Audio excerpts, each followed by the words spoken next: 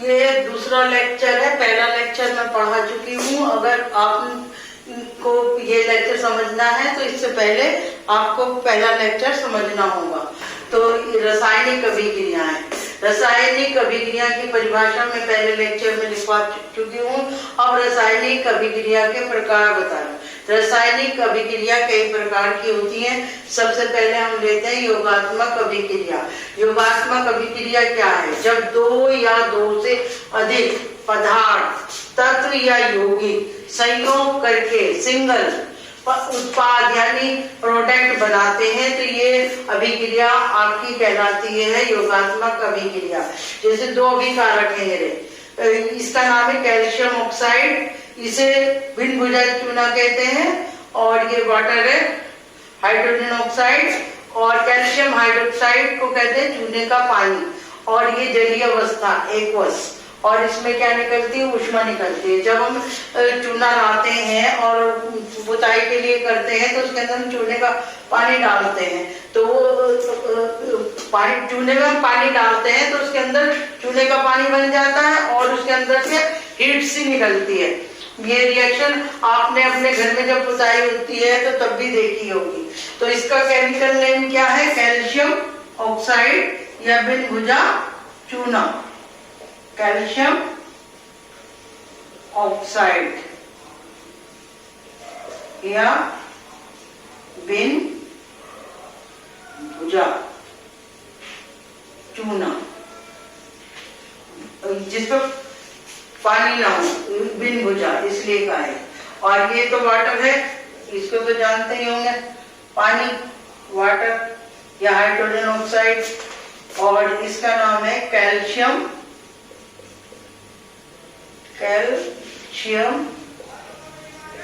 Hydro oxide,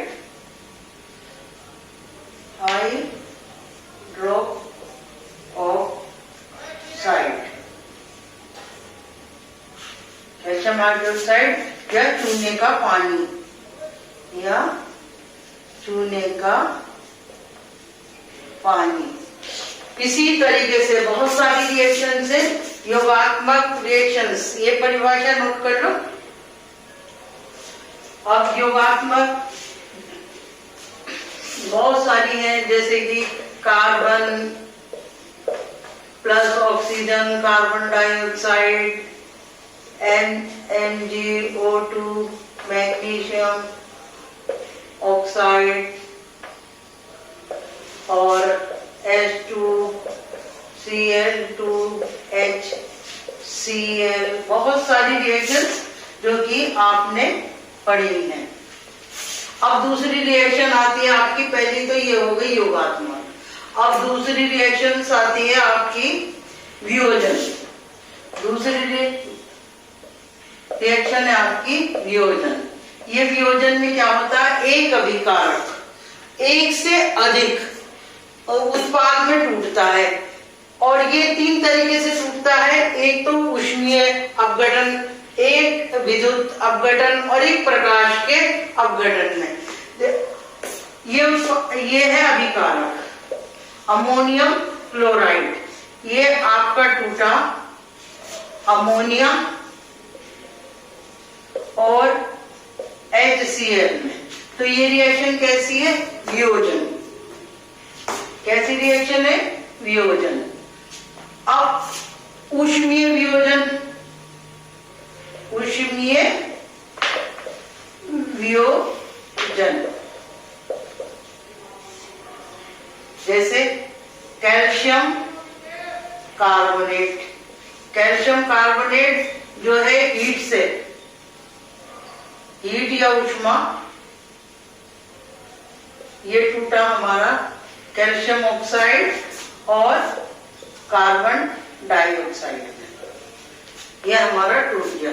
ये है ऊष्मीय। एक ये है आपका जैसे वाटर, वाटर जो है ये टूटा इलेक्ट्रिक में। ये हो गया विद्युत।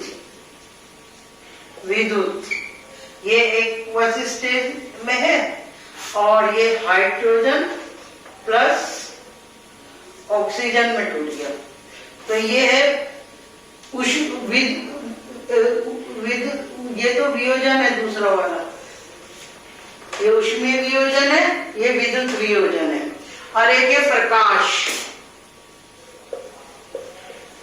वियोजन, वियोजन ये प्रकाश की प्रेजेंस में अभिक्रिया होती है। जैसे ये AgCl, ये काय में टूटा Ag, ये सॉलिड अवस्था में हो गई Ag और प्लस Cl2, ये बैलेंस कर दिया। ये 3 प्रकार के वियोजन जो है हो गए आपके, ऊष्मीय वियोजन, विद्युत वियोजन और प्रकाशीय वियोजन। ये एग्जाम्पल है। ऊष्मीय वियोजन में हम कैल्शियम कार्बोनेट का एग्जाम्पल दे सकते हैं, विद्युत वियोजन में हम वाटर का दे सकते हैं और प्रकाश वियोजन में हम सिल्वर क्लोराइड का एग्जाम्पल दे सकते हैं। इसके बाद हमारा आता है विस्थापन, विस्थापन रिएक्शन, डिस्प्लेसमेंट, डिस्प्लेसमेंट। पहली हमारी थी कॉम्बिनेशन, जिसे हिंदी में कहते थे हम योगात्मक, दूसरी थी डिकम्पोजिशन, जिसे हमने बोला वियोजन, तीसरी रिएक्शन है हमारी विस्थापन और या डिस्प्लेसमेंट। तीसरी रिएक्शन हमारी क्या है? विस्थापन या डिस्प्लेसमेंट। जैसे अब हम Fe प्लस कॉपर सल्फेट ये ले लिया हमने, और ये तो सॉलिड स्टेट में हो गया और ये एक्वस स्टेट में है जलीय।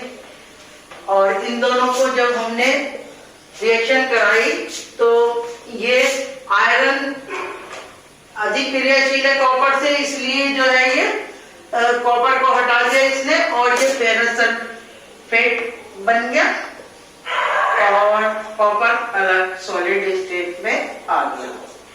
ये हमारी विस्थापन रिएक्शन हो गई है, विस्थापन अभिक्रिया।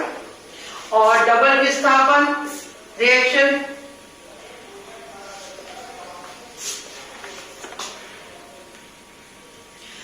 ये डेफिनेशन लिख लो।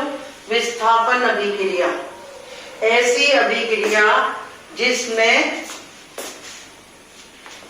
अधिक क्रियाशील पदार्थ कम अभिक्रियाशील पदार्थ को उसके यौगिक से अलग कर देता है। जैसे Fe ये सॉलिड अवस्था में, कॉपर सल्फेट जलीय अवस्था में है, एक्वस का मतलब है जलीय अवस्था, और FeSO4 आयरन जो है अधिक अभिक्रियाशील है कॉपर के कंपैरिजन में, इसलिए आयरन कॉपर को हटा देता है और खुद आ जाता है, कॉपर अलग सॉलिड स्टेट में आ जाता है। ये अधिक क्रियाशील पदार्थ है और ये कॉपर आयरन अधिक है कॉपर के कंपैरिजन में। तो यही परिभाषा बता रही है आपकी, ऐसी अभिक्रिया जिसमें अधिक अभिक्रियाशील पदार्थ कम अभिक्रियाशील पदार्थ को उसके यौगिक से अलग कर देता है, तो इसे कहते हैं विस्थापन अभिक्रिया। अब इंग्लिश में से कहते हैं डिस्प्लेसमेंट रिएक्शन, और ये द्वितीय विस्थापन अभिक्रिया डबल डिस्प्लेसमेंट। इसमें ऐसी अभिक्रिया जिसमें अभिकारकों के बीच में आयनों का आदान प्रदान होता है, जैसे ये रासायनिक अभिक्रिया तो सही कहते हैं जिसमें अभिकारक भाग लेकर उत्पाद प्रोडक्ट बनाते हैं, तो ये इधर वाले जो होते हैं ये सब अभिकारक हैं। तो ये अभिकारक में इनके अंदर आयनों का आदान प्रदान होता है। मान लो ये है सल्फेट है, सल्फेट ये, और ये है क्लोराइड। तो क्लोराइड जो है वो NaCl के साथ चला जाएगा और सल्फेट Ba के साथ चला जाएगा।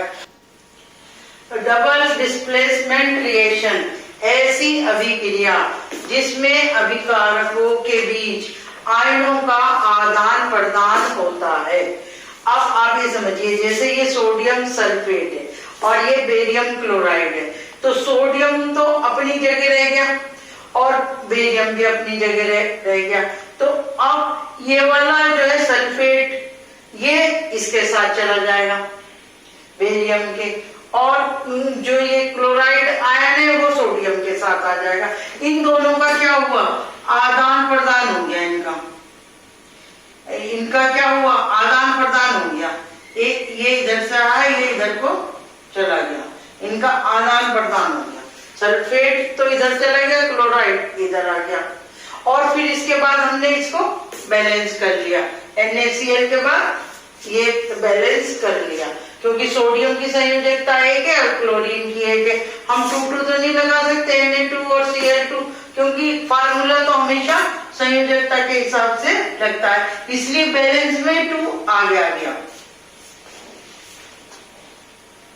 एक एग्जाम्पल और देख लीजिए डबल डिस्प्लेसमेंट का। NaCl plus AgNO3। तो अब इसके अंदर क्या है, ये इधर आ गया और ये इधर चला गया। तो इनमें डबल डिस्प्लेसमेंट में आयनों का आदान प्रदान होता है। तो हमारा फॉर्मूला क्या बना, AgCl प्लस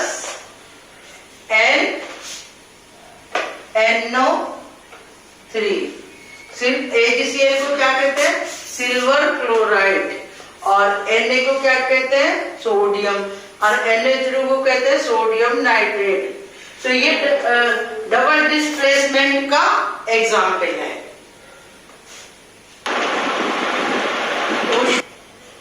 ऊष्माक्षेपी अभिक्रियाएं, इंग्लिश में इसे कहते हैं एक्सोथर्मिक रिएक्शन। वे रासायनिक अभिक्रियाएं जिनमें क्रिया के फलस्वरूप ऊष्मा निकलती है, उसे क्या कहते हैं, ऊष्माक्षेपी या एक्सोथर्मिक। ऊष्मीय रिएक्शन यह है, एक ऊष्माक्षेपी और एक ऊष्माशोषी। ऊष्माक्षेपी में तो ऊष्मा निकल रही है, और ऊष्माशोषी में ऊष्मा ली जाती है, ग्रहण की जाती है। अब ये मीथेन है, ये CH4 किसका फार्मूला है, मीथेन का, और ब्रैकेट में जैसे G लिखा हुआ है, इसका मतलब है गैसीय अवस्था। ऑक्सीजन, ये भी गैस है। अब मीथेन और ऑक्सीजन दोनों मिलकर क्या बनाती है, कार्बन डाइऑक्साइड और वाटर बनाती है, और इस अभिक्रिया में ऊष्मा निकलती है। तो कभी कभी ये रिएक्शन आपको डेफिनेशन में भी आ जाती है और पहचानने के लिए भी आ जाती है। अगर इधर की साइड प्लस हीट निकल रही है, तो आप इसको ऊष्माक्षेपी या एक्सोथर्मिक रिएक्शन कहेंगे। ऐसे ही ऊष्माशोषी, वे रासायनिक अभिक्रियाएं, वे रासायनिक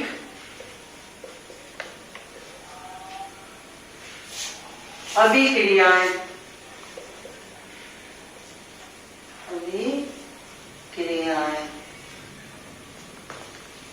जिसमें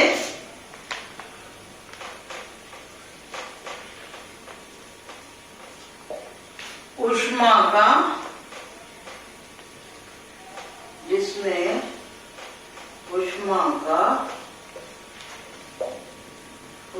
का शोषण होता है,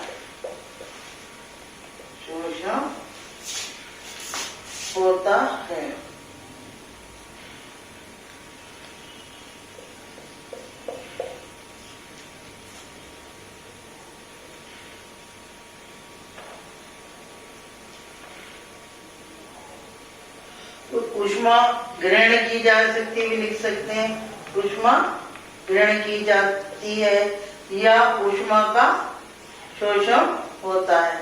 वे रासायनिक अभिक्रियाएं क्या कहलाती हैं, ऊष्माशोषी। इसमें जो है ये मर्क्यूरिक ऑक्साइड और प्लस ऊष्मा, ये क्या है, प्लस ऊष्मा। अब मर्क्यूरिक ऑक्साइड, अब इसमें टूट गई मरकरी में, मरकरी लिक्विड है, काय में टूटी है? मरकरी और ऑक्सीजन गैस में। तो इस अभिक्रिया के अंदर ऊष्मा का शोषण हुआ, तो ये क्या कहलाई? ऊष्मा शोषी अभिक्रिया। अवक्षेपण अभिक्रियाएं, वे रासायनिक अभिक्रियाएं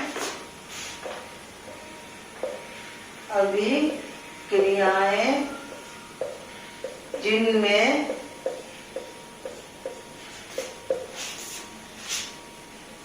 अवक्षेप या प्रेसिपिटेट बनता है, उन्हें अवक्षेपण अभिक्रिया कहते हैं। आगे की लाइन लिख लेना। अच्छा, ये है तुम्हारा sodium sulphate plus barium chloride. ये इस स्टेज में है एक्वस में, और ये भी एक्वस। एक्वस का मतलब है जलीय अवस्था। सोडियम, इसका क्या नाम है? सोडियम सल्फेट प्लस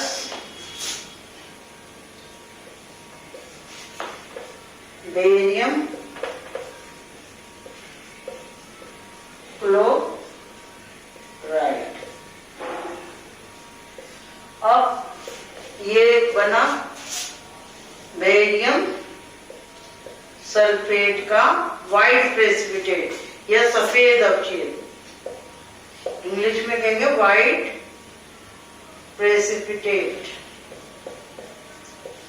और प्लस NaCl, ये है जलीय अवस्था यानी कि एक्वस। तो आपने समझा कि अवक्षेपण अभिक्रियाएं क्या होती हैं? वे रासायनिक अभिक्रियाएं जिनमें अवक्षेप बनता है। तो क्रिया के फलस्वरूप जो भी ये दोनों जो है सोडियम और बेरियम ने दोनों ने क्रिया करी, और इसके बाद आपका जो बना बेरियम सल्फेट, कैसा है ये? White precipitate. तो इस अभिक्रिया को हम क्या कहेंगे? अवक्षेपण अभिक्रिया। ऑक्सीकरण अभिक्रिया, वे अभिक्रियाएं जिनमें पदार्थों से ऑक्सीजन का जुड़ना या हाइड्रोजन का निकलना, तो वो रिएक्शन कहलाती है ऑक्सीकरण रिएक्शन। एक बार और सुन लो, ऑक्सीकरण रिएक्शन क्या होती है? वे अभिक्रिया जिसमें पदार्थों से ऑक्सीजन का जुड़ना और या हाइड्रोजन का निकलना। अब आप ये देखो, ये कॉपर है, कॉपर के अंदर ऑक्सीजन जुड़ गई, तो ये रिएक्शन हो गई आपकी ऑक्सीकरण। अब अपचायन में क्या लिखेंगे? वे अभिक्रिया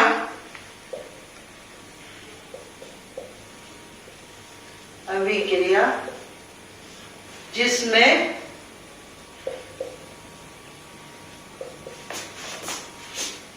पदार्थों से हाइड्रोजन जुड़ती है, हाइड्रोजन जुड़ती है और ऑक्सीजन बाहर निकलती है।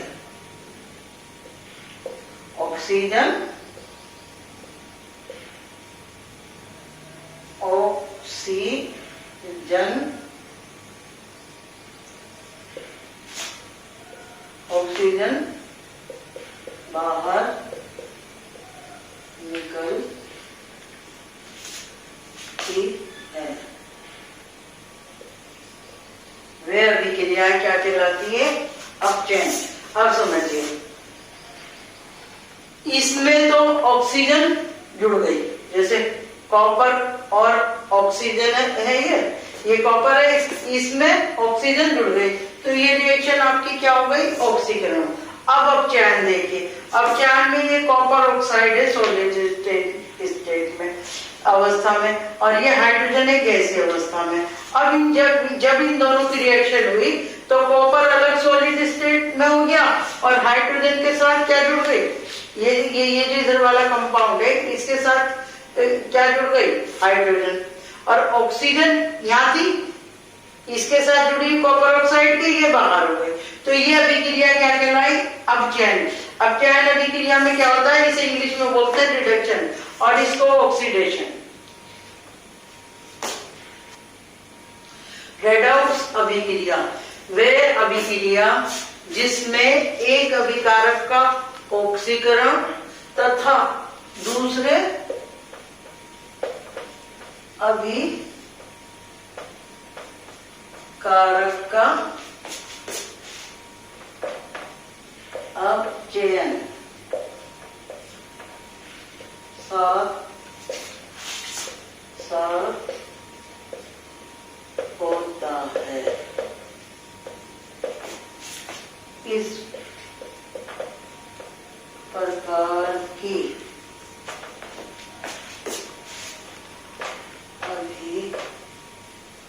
अभिक्रिया को रेडॉक्स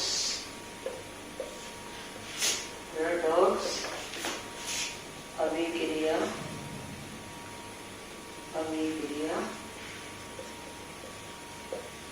कहते हैं। अब आप ये देखिए, ये कॉपर ऑक्साइड है और ये है हाइड्रोजन। तो हाइड्रोजन में ऑक्सीजन जुड़ रही है, तो इस पदार्थ का तो हो रहा है ऑक्सीकरण। हाइड्रोजन में ऑक्सीजन जुड़ रही है, इस वाले पदार्थ का क्या हो रहा है, ऑक्सीकरण।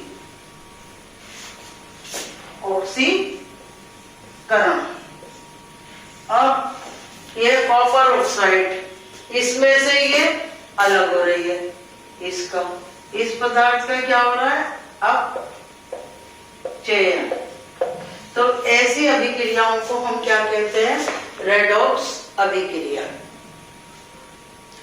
एलिमेंट और कंपाउंड, एलिमेंट को इंग्लिश में कहते हैं तत्व, इंग्लिश में कहते हैं एलिमेंट, हिंदी में कहते हैं तत्व, कंपाउंड को यौगिक। अब ये कुछ कंपाउंड हैं जिनके कलर्स हम पहचान सकते हैं, जैसे फेरस सल्फेट का कलर कैसा होता है, ग्रीन। आप यहाँ पे इसका नाम लिख लीजिए, FeSO4 को क्या कहते हैं, फेरस सल्फेट, और इसका कलर क्या होता है, ग्रीन। फेरस हाइड्रोक्साइड FeOH का होल ट्वाइस, इसका नाम है फेरस हाइड्रोक्साइड, क्योंकि यहाँ पे Fe की वैलेंसी कितनी है, 2 और OH की 8। OH की जब वैलेंसी लगाते हैं तो ब्रैकेट करके लगाते हैं। इसका कलर कैसा है, ब्राउन। मैग्नीज सल्फाइड, इसका कलर कैसा है, रेड। कैल्शियम क्लोराइड व्हाइट, नाम मैं बोलती जा रही हूँ, आप नोट करते जाओ। सोडियम कार्बोनेट, कलर कैसा है, white. Barium sulphate BaSO4, colour कैसा है इसका, व्हाइट। आयरन ऑक्साइड FeO, इसका कलर कैसा है, ब्लैक। कॉपर ऑक्साइड, कलर कैसा है इसका, ब्लैक। CuSO4, इसको कहते हैं कॉपर सल्फेट, और इसको 5 पानी के अणुओं से जोड़ देते हैं तो ये नीला तोते का भी सूत्र हो जाता है। इसका कलर कैसा होता है, ब्लू। जैसे FeSO4 को 7 पानी के मॉलिक्यूल से जोड़ देते हैं तो ये हरा कशिश, इसका साल्ट का नाम भी है। और CuSO4, इसका कलर कैसा होता है, ब्लू। और लेड आयोडाइड, इसका कलर कैसा होता है, येलो। और आयरन ऑक्साइड, इसका कलर कैसा होता है, रेडिश। ये कुछ आपके कंपाउंड हैं जिनके कलर मैंने लिखवा दिए।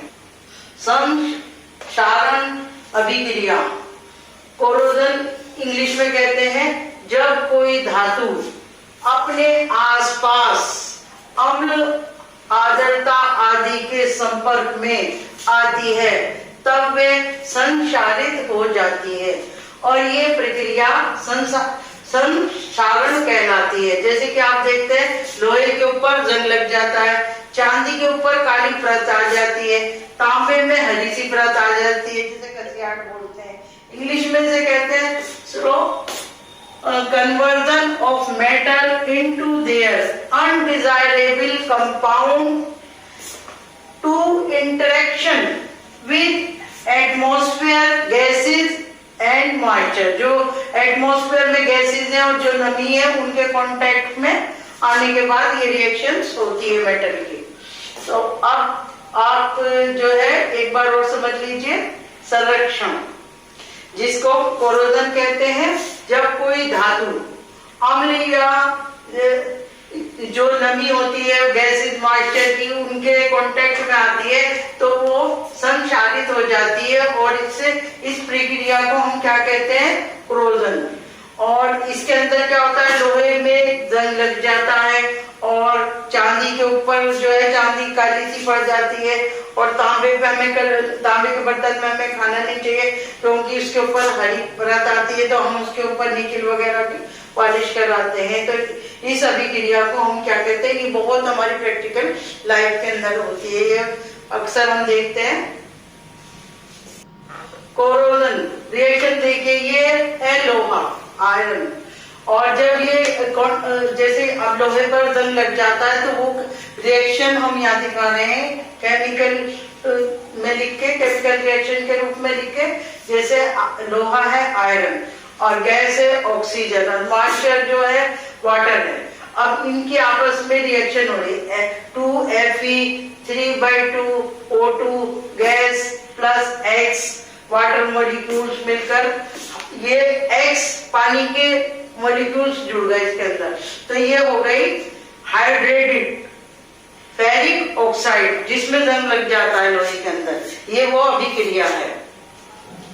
रेंसिडिटी, जब इसे हिंदी में कहते हैं विकृत गंधिता, जैसे खाने अगर रखा रहता है तो उसके अंदर बदबू आने लगती है जो तेल या घी से बना हुआ होता है। वो क्यों होता है, जब तेल या वसा से युक्त खाद्य पदार्थ में ऑक्सीकरण होता है तब ये दुर्गंध में बदल जाते हैं और इनका स्वाद भी बदल जाता है। इस क्रिया को हम विकृत गंधिता कहते हैं। इंग्लिश में कहते हैं ऑक्सीडेशन ऑफ ऑयल और fats in food in resulting to bad smell और बैड टेस्ट। और इसको इन खाद्य पदार्थों को सड़ने से या दुर्गंध से बचाने के लिए हमें क्या क्या करना पड़ता है, वैक्यूम पैकिंग करनी पड़ती है जैसे पैकेटों में आती है चिप्स वगैरह में, और नाइट्रोजन गैस का प्रयोग करते हैं और फ्रिज वगैरह में हम रखकर इस दुर्गंधता से पदार्थों को बचा सकते हैं। हमने आपको अभी पूरा लेसन रासायनिक अभिक्रिया एवं समीकरण समझा दिया है। अब हम एनसीईआरटी के क्वेश्चन कराएंगे अगले टॉपिक में। हाँ जी बलवंत भैया।